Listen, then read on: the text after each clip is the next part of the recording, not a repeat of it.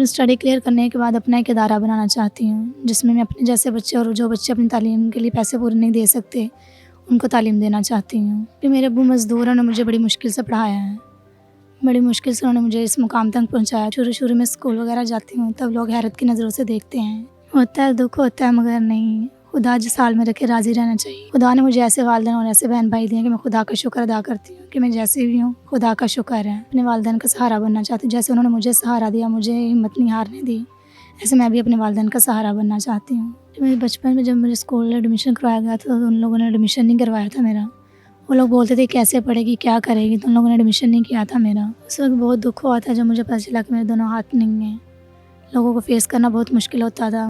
Digital Pakistan کی videos دیکھنے کے لیے ہمارا چینل سبسکرائب کیجیے اور بیل آئیکن کو پریس کیجیے تاکہ آپ ہر ویڈیو سے باخبر رہ سکیں. السلام علیکم ناظرین، آپ کا میزبان روحاب ران آپ کی خدمت میں حاضر ہے اور آپ دیکھ رہے ہیں ڈیجیٹل پاکستان. ناظرین، آج ایک ایسی موٹیویشنل سٹوری لے کے آپ کی خدمت میں حاضر ہوئے ہیں کہ ہمارے ساتھ ایک بہن موجود ہیں جو کہ ڈسیبل ہیں، لیکن انہوں نے اپنی اس جو معذوری کو مجبوری نہیں بنایا. انہوں نے آئی کام کیا اور اتنی پیاری سٹڈیز کی ہیں کہ بہت اچھے نمبر ان کا جو ہے وہ رزلٹ میرے ہاتھ میں ہے. اور مزید ان کی کہانی کیا ہے آئیے ان سے جانتے ہیں. السلام علیکم. وعلیکم السلام. کیسی ہیں آپ؟ الحمدللہ ٹھیک. اب مجھے بتائیے گا کہ ماشاءاللہ آپ نے آئی کام جو ہے وہ کمپلیٹ کیا ہے، تو آپ کی سٹڈیز کس طرح سے رہی؟ آپ کالج گوئنگ تھی، گھر میں بیٹھ کے سٹڈی کی، کس طرح سے کیا؟ میں نے کالج جا کے اسٹڈی کی، وہاں جا کے پڑھا، کلاسز لی ہیں وہاں جا کے. عموماً ہم نے دیکھا ہے کہ جو بالکل ٹھیک ٹھاک بچے ہوتے ہیں وہ بھی کالج جاتے وقت جو ہے وہ ڈرامے کر رہے ہوتے ہیں، جی ہم نے کالج نہیں جانا، آج یہ ہے آج وہ ہے. اور ماشاءاللہ آپ نے جو ہے وہ ڈسیبل ہونے کے باوجود بھی آپ نے اس کو کمزوری نہیں بنایا اور آپ نے اپنی جو سٹڈیز ہیں وہ کمپلیٹ کی. تو کتنی مشکلات کا آپ کو سامنا کرنا پڑا؟ مشکلات کا سامنا آنے جانے میں مشکل ہوتی ہے کہ بھائی چھوڑ کے آتے ہیں، بھائی لے کے آتے ہیں. تو شروع میں ہوئی تھی، کالج جب اسٹارٹ ہوا تب شروع میں مشکلات ہوئی تھی مگر بعد میں ٹھیک ہو گیا.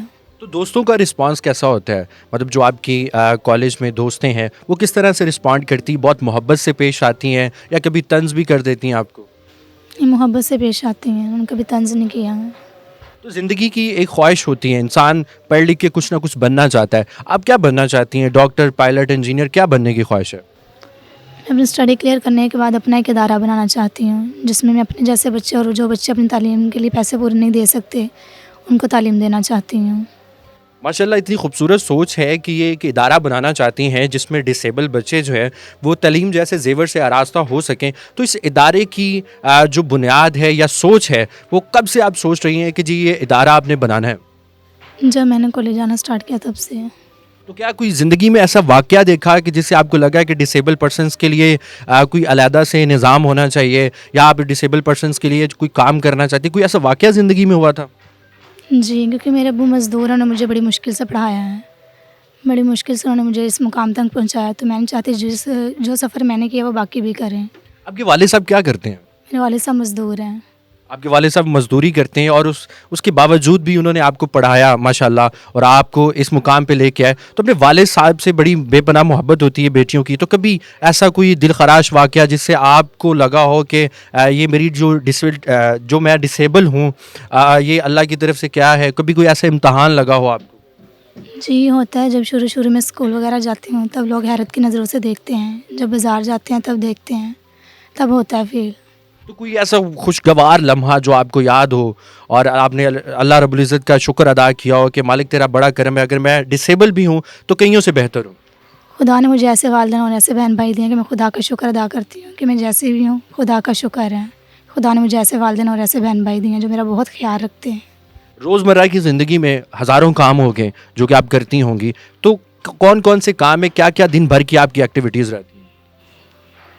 میں پڑھ لیتی ہوں، گھر کا کچھ کام کر لیتی ہوں.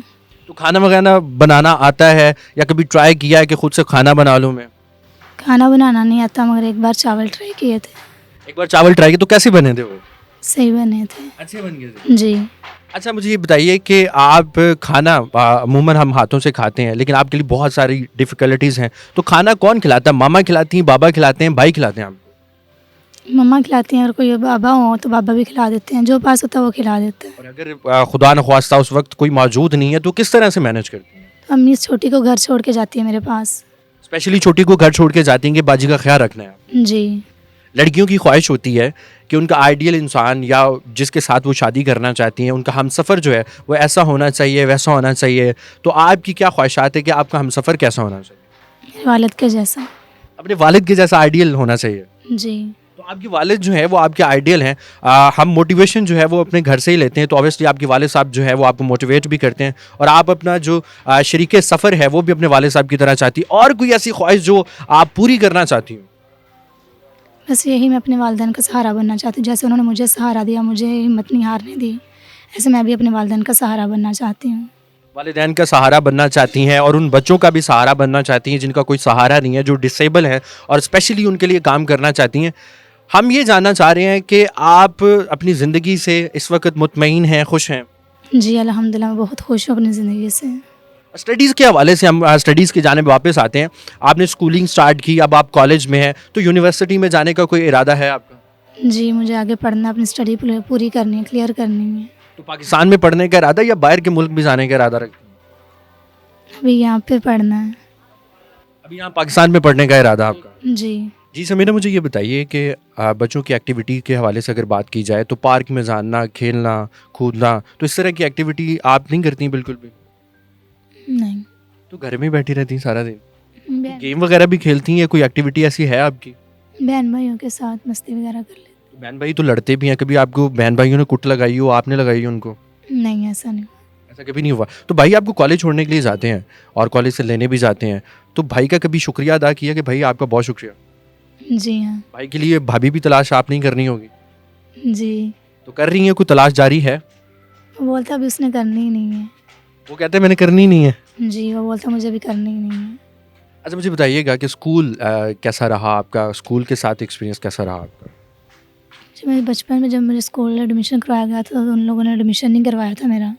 وہ لوگ بولتے تھے کیسے پڑھے گی، کیا کرے گی، تو ان لوگوں نے ایڈمیشن نہیں کیا تھا میرا. تو پھر میرے ابو نے بولا ان کو، تو انہوں نے میرا ٹیسٹ لیا، اس کے بعد پھر مجھے ایڈمیشن ملا وہاں پہ. تو پھر ان لوگوں نے مجھے اپریشیٹ بھی کیا، خوشی بھی ہوئی ان لوگوں کو. پھر میں کالج میں گئی تب بھی ایسے ہوا کہ پہلے تو ان لوگوں نے ایڈمیشن نہیں دیا، جب پھر انہوں نے میرا ٹیسٹ لیا تو پھر ان لوگوں نے مجھے اپریشیٹ کیا. تو ایڈمیشن کیوں نہیں مل رہا تھا آپ کو؟ وجہ کیا تھی؟ ڈسیبل تھی اس وجہ سے آپ کو ایڈمیشن نہیں مل رہا تھا؟ جی ڈسیبل تھی، اس وجہ سے. وہ بولتے تھے لکھے گی کیسے، کیسے پڑھے گی، کیا کرے گی یہ. تو باقی سارے بچے بھی ڈسٹرب ہوں گے اس کی وجہ سے، اس لیے ایڈمیشن نہیں دے رہے تھے. یہ میرے خیال میں ہمارے تعلیمی اداروں کے لیے جو ہے وہ لمحہ فکریہ ہے کہ ایک ڈسیبل پرسن جو ہے وہ تعلیم کے زیور سے کیوں آراستہ نہیں ہو سکتا، وہ کیوں نہیں پڑھ سکتا. تو پھر آپ نے ان کو جو ہے وہ پاؤں سے لکھ کے بتایا کہ نہیں جی میں لکھ بھی سکتی ہوں اور پڑھ بھی سکتی ہوں؟ جی ہاں، میں نے پھر اسے لکھ کے دکھایا، پھر مجھے ایڈمیشن ملا وہاں پہ.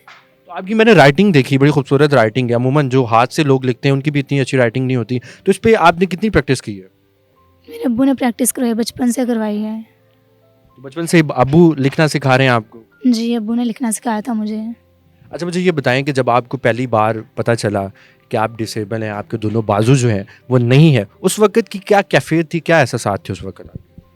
اس وقت بہت دکھ ہوا تھا جب مجھے پتہ چلا کہ میرے دونوں ہاتھ نہیں ہیں. لوگوں کو فیس کرنا بہت مشکل ہوتا تھا، مگر میرے ابو نے مجھے ہمت دی. انہوں نے کہا بیٹا ہمت نہیں ہارنی، کوئی بات نہیں، اگر خدا نے ہاتھ نہیں دیے تو ضرور اس میں خدا کی کوئی رضا ہوگی. تو الحمدللہ میں خدا کی رضا میں راضی ہوں.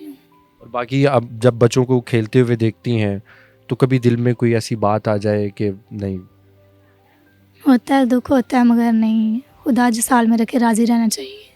ماشاءاللہ جی، آپ کی ملاقات کروائی ہم نے سمینہ مختار سے، جو کہ ڈسیبل ہیں لیکن ان کے حوصلے اتنے بلند ہیں کہ آپ بالکل ان کے چہرے پہ جو ہے وہ اطمینان دیکھ سکتے ہیں، سکون دیکھ سکتے ہیں، اور ان کا یہ کہنا ہے کہ میں اللہ کی رضا میں خوش. امید کرتا ہوں آج کی سٹوری آپ کو پسند آئی ہوگی. اسی کے ساتھ اپنے میزبان کو دیجیے اجازت. دیکھتے رہیے ڈیجیٹل پاکستان. اللہ نے کے بعد.